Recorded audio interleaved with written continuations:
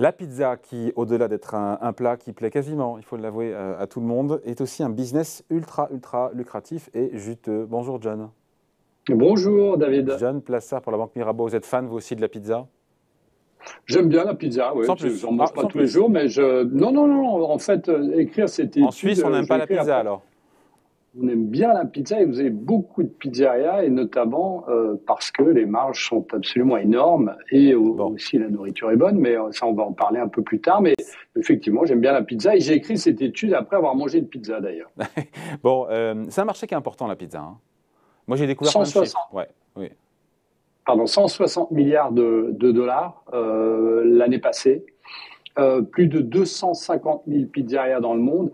C'est un business qui emploie aux États-Unis, qui est le plus grand marché pour les pizzerias, qui employait avant le Covid 830 000 personnes. Donc c'est un marché gigantesque on le sous-valorise parce qu'on a l'impression que c'est quelque chose qui est pas très cher, qu'on trouve dans les supermarchés, dans les pizzerias, etc. Mais c'est quelque chose, c'est un business absolument extraordinaire. Bon, avec des marges qui le sont tout autant extraordinaires. Oui, parce que vous avez des marges bénéficiaires qui sont proches de 30%. Alors, qu'est-ce que ça veut dire exactement? Ça veut dire que si vous prenez le secteur de l'automobile, ces marges bénéficiaires sont environ 5%. Il faut regarder en moyenne, hein. Il faut faire attention. Chez Ferrari, c'est plus élevé, etc. Et si vous prenez le business de la pharma, qui lui est connu pour ses marges bénéficiaires énormes, c'est 25%. Donc, qu'est-ce que ça veut dire? La pizza, 30%. Les voitures, 5%, et la pharma, 25%. Alors, on peut faire le calcul ensemble. David, si vous prenez une pizza en moyenne, hein, je prends des moyennes évidemment, si vous prenez l'élément le plus cher, c'est le fromage, ça vous coûte 60 cents. Si vous prenez la pâte, ça vous coûte en moyenne 24 cents, et si vous prenez la sauce, ça vous coûte 5 cents. Donc pour une pizza classique, je dirais, c'est 0,89 cents par pizza, qui après est vendue à plus de 10 euros. Donc évidemment, ça après fait vous pas une marge de ajoutez des choses. 30%. Ça fait pas une marge de 30%, ça. Non, non, C'est du beaucoup tout, parce plus. que évidemment, vous devez rajouter les employés, vous Oui, devez rajouter votre, oui, oui. évidemment, là où vous êtes, si vous avez une franchise, votre loyer, etc., etc. Alors évidemment, si vous le prenez comme ça fait pas, mais bon, il faut payer aussi les autres frais.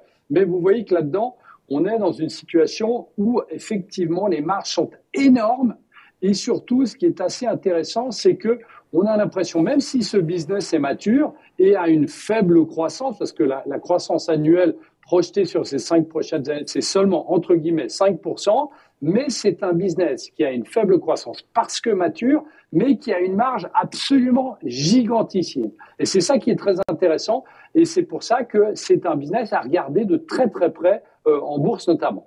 Et, qui sont les peuples ou les pays les plus mordus de pizza?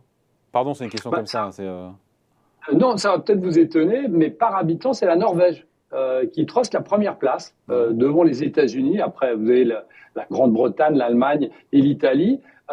Et c'est assez intéressant à regarder que, par exemple, si vous prenez les cas je dirais par pays, eh bien, les Norvégiens adorent la pizza surgelée. Ne me demandez pas pourquoi, mais ils adorent la pizza surgelée plus que les autres pays. Alors que si, par exemple, c'est pour une anecdote, mais si vous prenez la Grande-Bretagne, ben, la pizza préférée des Britanniques, c'est quoi? C'est la fameuse pizza Hawaï, celle que tout le monde aime détester parce que vous rajoutez des morceaux d'ananas et tout. Mais ça, c'est une autre chose, c'est juste pour l'anecdote. Ce qu'il faut voir, c'est que dans cet environnement d'un business florissant, d'un business gigantesque, eh bien, si vous regardez les cours de bourse, très intéressant parce qu'on peut les regarder, hein, on a plusieurs acteurs très connus, on a Domino Pizza, on a Papa John's, et puis on a Yum qui lui diffuse notamment la Pizza Hut, pardon.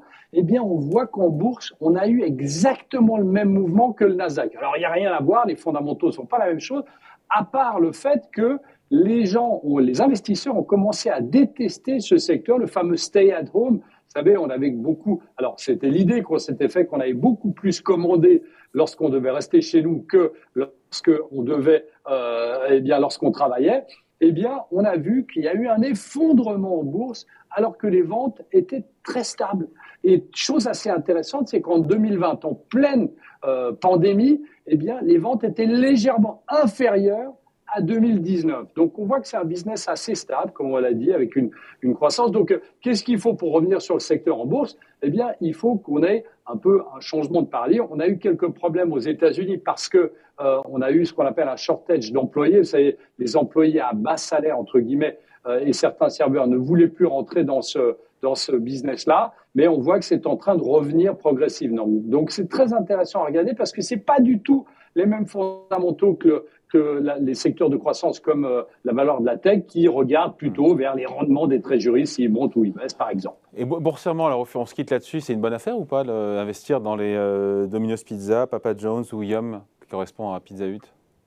Alors, si vous m'aviez demandé ça il y a un an, eh bien, il aurait fallu répondre non. Aujourd'hui, on est au plus bas. Évidemment, on peut revoir ces entreprises de très près, surtout dans une situation où on voit une croissance globale et mondiale qui est en train de ralentir. Et là, on a une croissance assez forte où le pricing power, le fameux pricing power, puisque les marges sont très grandes, eh bien, le fameux pricing power va revenir une thématique globale ces prochains mois. Et donc, là-dedans, c'est exactement dedans. Et surtout, bénéficier de cours de bourse qui sont extrêmement bas. Et comme je dis, il y a Domino, Papa John's et puis Yum, qui sont notamment les valeurs cotées dans ce secteur. Sur le marché américain. Le marché américain est un marché Exactement. clé, évidemment, pour la pizza. Oui, exactement. Merci beaucoup, John Plassard, pour Merci, la Banque David. Mirabeau. Salut, bye. Merci.